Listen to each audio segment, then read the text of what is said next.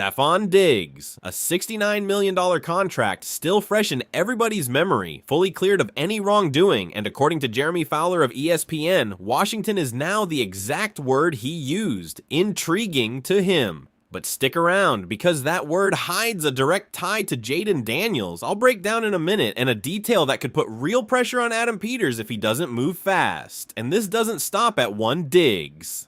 Because the brother, Trevon Diggs, a two-time Pro Bowler, is still sitting on the free agent market, and Dan Quinn knows him better than any other coach in this league.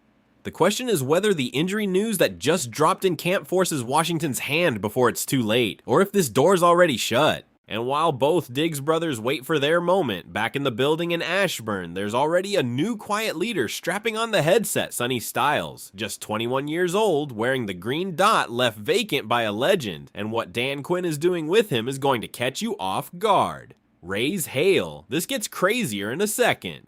Alright, let's build this one slow, because there's a lot to unpack. This is a receiver who last season signed a 3-year, $63.5 million contract with an AFC team that ended up playing in the Super Bowl. 85 catches, 1,013 yards, 4 touchdowns, active in every single regular season and playoff game. This isn't a backup. This isn't a rotational piece. This is a guy who led his team in targets, catches, and receiving yards during a Super Bowl season, and yet, in March, that same team cut him. Released, just like that, with no guaranteed money left on the deal, clearing $16.8 million in cap space. Why does a team cut its leading receiver right after a Super Bowl run? That's the first layer of this story that almost nobody explains properly. It wasn't about play on the field, it was about a season loaded with noise off it, including an accusation of strangulation and assault involving his personal chef back in December. Listen closely here, because this matters. In May, a jury found him not guilty on every single charge. And just a few weeks ago, the NFL formally closed its own personal conduct investigation and concluded there wasn't enough evidence to support any violation. That means he's legally clear, and the league, after reviewing the entire case, decided there's nothing there. So any concern about a suspension, take that completely off the table. Now here's where Washington comes in. 5 teams, according to an earlier report, had been tracking his market for weeks while he trains on his own waiting for the right offer. But the new piece, the one that's got me writing this script with a smile I genuinely can't hide, is that Fowler reported this weekend that signing with the Commanders is specifically intriguing to him. That's not a he's also on the radar situation, that's a this one caught his attention situation. And the reason Fowler gives has nothing to do with money or scheme fit first. It's about Jayden Daniels. This receiver literally grew up right outside Washington in Maryland and played his college ball at the University of Maryland. This isn't some manufactured storyline from a reporter chasing content. This is DMV through and through. This is a guy who probably grew up watching this team, who knows the area, who has family and roots here, and who now sees a chance to finish his career playing exactly where he first started dreaming about the NFL, next to a young quarterback who has already shown he can make any receiver around him look better than advertised. Man, that's the kind of story even the best writer in Hollywood couldn't script any better. Let's get into the tactical piece, because this is where you'll understand why this fits like a glove for what this offense actually needs. Washington has Terry McLaurin locked in as the undisputed WR1, but the WR2 spot is still a real question mark. And here's where I have to be critical of the front office, because this shouldn't still be a question mark heading into late July. Adam Peters has done solid work on most of his roster decisions, but leaving the WR2 spot hanging on the hope that a third-round rookie or a depth piece steps up feels, honestly, like an unnecessary risk for a team that's supposed to be in real contention mode with Jayden Daniels. Luke McCaffrey or Treylon Burks likely opened the season there, and Antonio Williams, the third-round pick out of Clemson, comes in with expectations of immediate contribution from the slot. That's a group with upside, but it's a group without a proven name that forces a rival defensive coordinator into a mandatory game plan adjustment. This receiver is that name. He's moved more into the slot over the last couple seasons, produced 363 yards after the catch last year with only 2 drops per Pro Football Focus, and he's still got the juice to be a reliable third down pressure valve. That, next to McLaurin, takes away a safety's ability to fully commit to shading one single man. But, and here's my honesty, because this channel doesn't exist to sell you smoke, there are real reasons this guy is still unsigned heading into training camp in late July. First, age. He's playing most of the season at 32, turns 33 in November, and he's not the 4-time Pro Bowl receiver he was in Buffalo from 2020 to 2023 anymore. Second, the legal noise, even though it's legally resolved in his favor, still weighs on some conservative front offices that would rather avoid any possible media distraction. And third, the simplest reason of all, veteran players like him almost never rush to sign in the middle of July heat. Why sweat through camp when he can wait 2 or 3 more weeks? Watch how injuries shake out around the league and sign with the best available offer right before the regular season kicks off. And Washington isn't alone in this conversation. According to Albert Breer of Sports Illustrated, if Philadelphia or any other team ends up with A.J. Brown via trade and New England decides not to bring him back, both Kansas City and the Rams would step in hard to pursue him too. Kansas City desperately needs more weapons for Patrick Mahomes in a receiving core that's been honestly mediocre. The Rams are always in the conversation for impact veterans, so this isn't a guy sitting in a corner with no options. This is a player with at least 3 serious suitors and probably more that haven't gone public yet. My personal take, and I'll give it to you straight with the humility of knowing I could be wrong, I think he ends up in Washington. Not because it's the biggest financial offer. Kansas City or the Rams could probably match or beat whatever number Adam Peters puts on the table, but because this is exactly the kind of decision a player his age in the final stretch of his career makes with his heart as much as with the calculator. When you're 32, when you've already made enough money for several lifetimes, we're talking over $157 million in career earnings, and when you're presented with the chance to play your second to last or last meaningful contract close to family, with a quarterback just now reaching his ceiling, that decision stops being purely financial, it becomes personal. And personal decisions, in my experience following this sport, almost always beat out the bigger paycheck when both options are relatively close in money. What this would mean for the fans is simple to explain but massive in impact. Washington would head into the regular season with a locked-in WR1 in McLaurin, a WR2 with real Super Bowl production next to him, and an offense under David Blau with fewer excuses than ever not to produce through the air. Jaden Daniels, in year 3, would have the complete arsenal he needs to jump from promising player to full-blown elite. And honestly, y'all, if this comes together, it's going to be one of the smartest late free agency moves in the entire NFC East this offseason. Remember this moment in the video. Okay, this gets even crazier.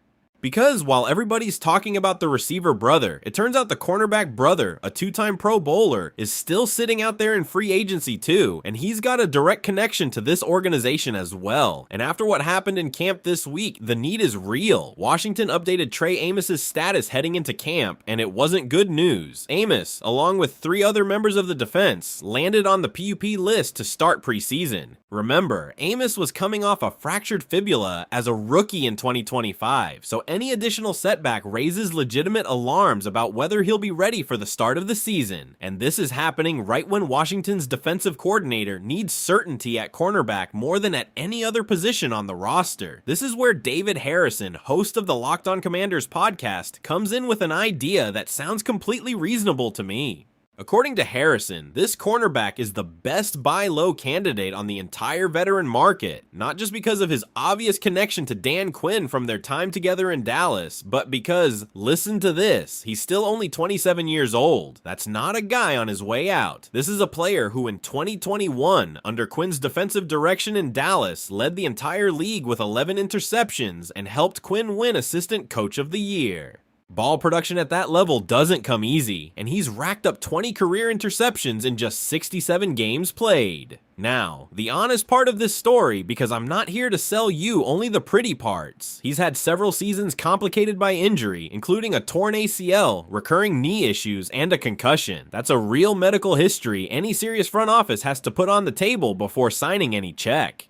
And I'll be honest with you, this medical history makes me nervous. It's not that I doubt the talent, I doubt whether the body holds up for 16 or 17 games. But, and this matters, Dan Quinn knows this player better than almost any other coach in the league. If anyone can make an informed bet on his health and his focus, it's Quinn. And there's something else Harrison pointed out that I thought was the strongest part of his whole argument. Ball production is exactly what this secondary has been missing in OTAs and minicamp. Washington finished last season with just 8 interceptions as an entire defense. 8. That's thin by any modern league standard. This cornerback, at his best, is literally a turnover machine, like that pick 6 he had against New England almost 5 years ago. Still one of the most replayed highlights of his career. My opinion on this: don't give him a big guaranteed contract. Give him exactly what Harrison suggests, a 1-year prove-it deal with playing time incentives and no promised role. The cornerback room already has interesting pieces. Mikey Sainristil needs to bounce back from a rough second season. Amik Robertson brings slot experience. Akello Witherspoon and potentially Rasul Douglas add veteran depth, but none of them have the ceiling for generating turnovers that he has when healthy. And if fate wants both Diggs brothers playing in Washington the same season, man, that would be one of the craziest storylines this channel has ever covered. Imagine that press conference. And to close things out, something that excites me for completely different reasons. This isn't about a signing. This is about who picks up the torch now that Bobby Wagner is gone. Washington heads into this season with a massive void at middle linebacker, and I'm not just talking about production on the field. Wagner, already in the physical twilight of his career, left behind something much harder to replace than tackles. He left the role of communicator, of leader, the voice that organizes the entire defense before every single snap. Somebody has to put that green dot on their helmet. And according to Liam Griffin, a Washington Times columnist who went on the team 980, the answer is obvious. It has to be Sonny Styles, the number 7 overall pick in the draft. Griffin was direct in his statement. Dan Quinn has been saying he wants Sonny to become a real NFL player, to learn what it feels like, and that's why they're already giving him green dot reps early. Griffin believes Styles is going to be the defensive player on the field for 100% of the snaps, and the one who ends up carrying that communication responsibility. Look, I get the concern some fans have, and honestly, part of me shares it. Putting that much weight on a rookie barely into his first real professional training camp sounds risky, and I'm not going to pretend it doesn't make me a little nervous watching a 21-year-old call out adjustments for the entire defense in year 1. This is a player who still has to prove he can process defensive checks in real time at NFL speed without the margin for error he had in college. But everything we know about Styles as a prospect points to the fact that his main strength was never just speed or size. It was field vision and football IQ. That's exactly the type of player who can absorb that kind of responsibility fast, even if the process has some bumps along the way. And honestly, every sign points to Quinn not treating him with kid gloves. They're going to throw him straight into the deep end from day 1, let him learn to swim in real time, and trust that his natural instincts do the rest. Sometimes that's literally the only way to prepare a future franchise leader, by putting him in the fire before he's 100% ready, because in the NFL you never actually feel fully prepared until you're already doing it live. If Styles is as good as the preseason hype suggests, this green dot detail won't even be a footnote in his story. It's going to be chapter 1 of something much bigger, and if you ask me, I'd rather see growing pains from a future franchise leader 1,000 times over than keep patching things up with temporary solutions that don't build anything long term. That's everything I've got for you today, y'all. Let's recap. A $63.5 million receiver looking at Washington differently because of Jaden Daniels and his Maryland roots. His cornerback brother, a 2-time Pro Bowler waiting on a call from Dan Quinn for a low-risk, high-ceiling deal. And a first-round rookie about to inherit full leadership of a defense that desperately needs a new identity. This franchise is rebuilding its DNA in real time, with new names, new roles, and a contention window with Jaden Daniels that feels closer than ever. Keep it a buck, this is wild, and we're barely in July. If this video gave you something, hit that like, subscribe, and tell me down in the comments, do you think this mystery receiver ends up in burgundy and gold, or does another team steal him away? See you in the next one. Raise hail, always.